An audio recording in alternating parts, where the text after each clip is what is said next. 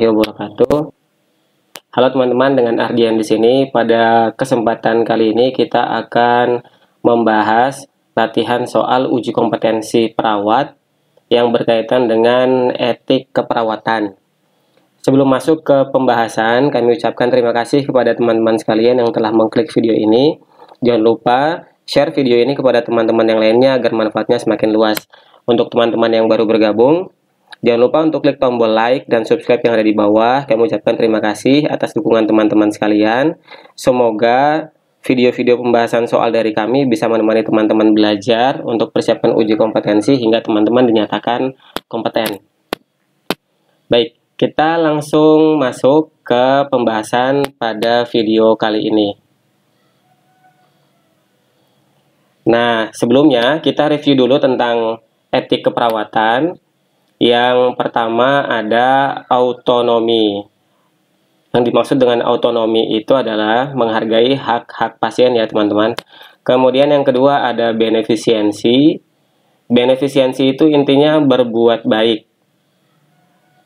Di dalamnya ada membantu pasien, memotivasi, dan lain-lain gitu. Kemudian yang ketiga ada veracity. Veracity itu melakukan hal yang jujur. Jadi kata kuncinya untuk veracity ini jujur ya teman-teman. Kemudian yang keempat ada justice. Justice itu adil. Jadi di sini berbuat adil kepada semua pasien. Intinya sama ya. Sama rata gitu. Pasiennya diperlakukan dengan sama sesuai dengan kebutuhan pasien ya. Kemudian yang kelima ada konfidensial, yaitu menjaga kerahasiaan, privasi, dan data-data pasien. Kemudian yang keenam ada fidelity. Fidelity itu bertanggung jawab dan menepati janji. Kemudian yang ketujuh ada non-malefisien. Intinya tidak membahayakan pasien, tidak berbuat hal-hal yang membahayakan pasien. Kemudian yang terakhir ada akuntabilitas, melakukan tindakan sesuai standar profesional, sesuai SPO gitu ya teman-teman.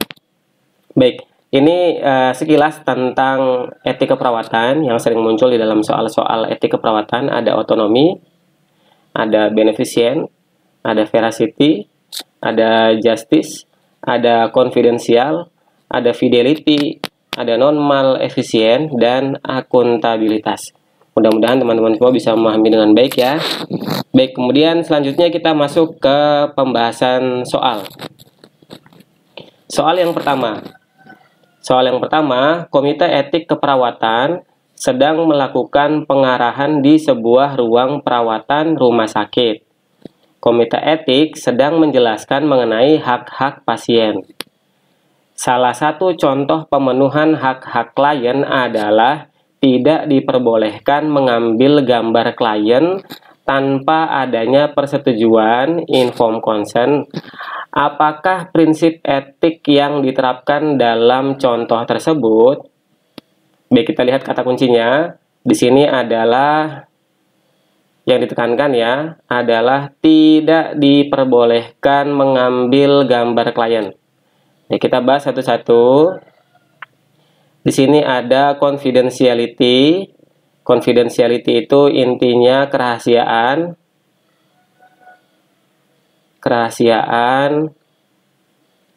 privasi gitu ya. Kemudian ada beneficient. Beneficient tadi adalah berbuat baik ya teman-teman. Kemudian ada autonomi. Autonomi itu memenuhi hak-hak pasien ya. Hak-hak pasien. Kemudian ada veracity. Veracity itu berbuat jujur.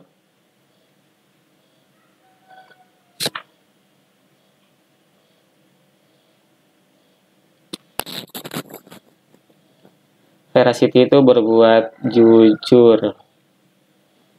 Kemudian ada justice. Justice itu berbuat adil.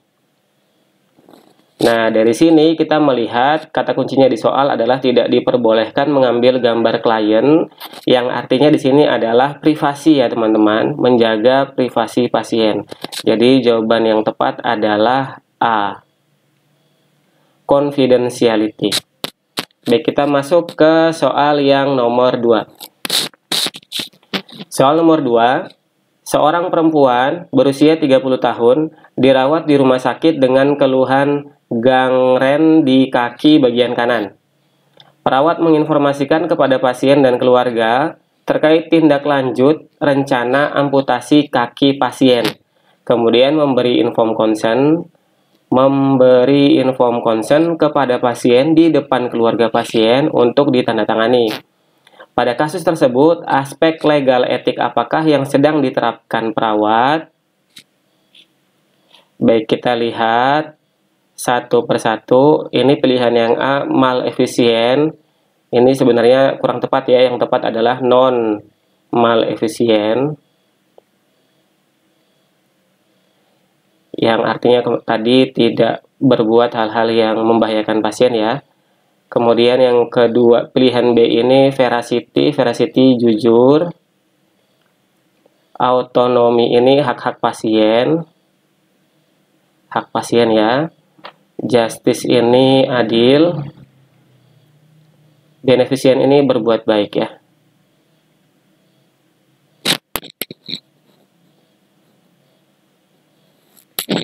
Berbuat baik.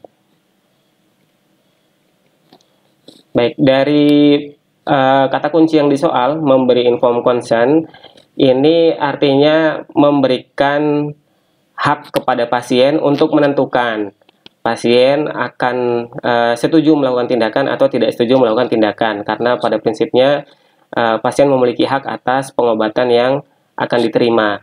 Jadi jawaban yang tepat untuk soal nomor 2 ini adalah autonomi, yaitu menerapkan, yang sedang diterapkan oleh perawat adalah autonomi, yaitu memenuhi hak dari pasien.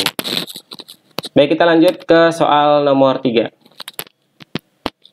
Nyonya B, 25 tahun, datang di poli penyakit dalam dengan keluhan penurunan berat badan, disertai diare 1 bulan terakhir, ada kandidiasis di bagian mulut, dan riwayat suami tinggal di luar kota. Pasien sudah melakukan tes laboratorium dan pemeriksaan HIV, didapati hasil reaktif. Pasien menanyakan kepada perawat tentang penyakit yang dideritanya. Perawat mengatakan pasien hanya menderita penyakit diare dan hasil lab dalam keadaan normal. Saya garis bawahi dulu ya. Perawat mengatakan pasien hanya menderita penyakit diare dan hasil lab dalam keadaan normal. Perawat melakukannya atas dasar permintaan suami pasien untuk merahasiakan penyakit yang diderita pasien. Merahasiakan penyakit yang diderita pasien. Konsep etika keperawatan apa yang dilanggar oleh perawat tersebut? Baik, di sini pasien ini hasil pemeriksaannya HIV-nya reaktif ya, atau HIV positif. Sementara perawat hanya menceritakan bahwa pasien itu mengalami diare dan hasil labnya dalam keadaan normal, dilakukan atas permintaan suami ya. Nah, etika keperawatan apa yang dilanggar gitu ya pertanyaannya. Baik, kita lihat yang pertama, ada veracity. Veracity ini artinya jujur. Yang kedua ada yang B, ada fidelity. Fidelity ini artinya bertanggung jawab ya. Bertanggung jawab atau menepati janji ya. Terus ada otonomi. Otonomi ini hak pasien ya. Terus ada beneficient. Beneficient ini berbuat baik. Kemudian ada normal efisien, ini tidak membahayakan pasien ya.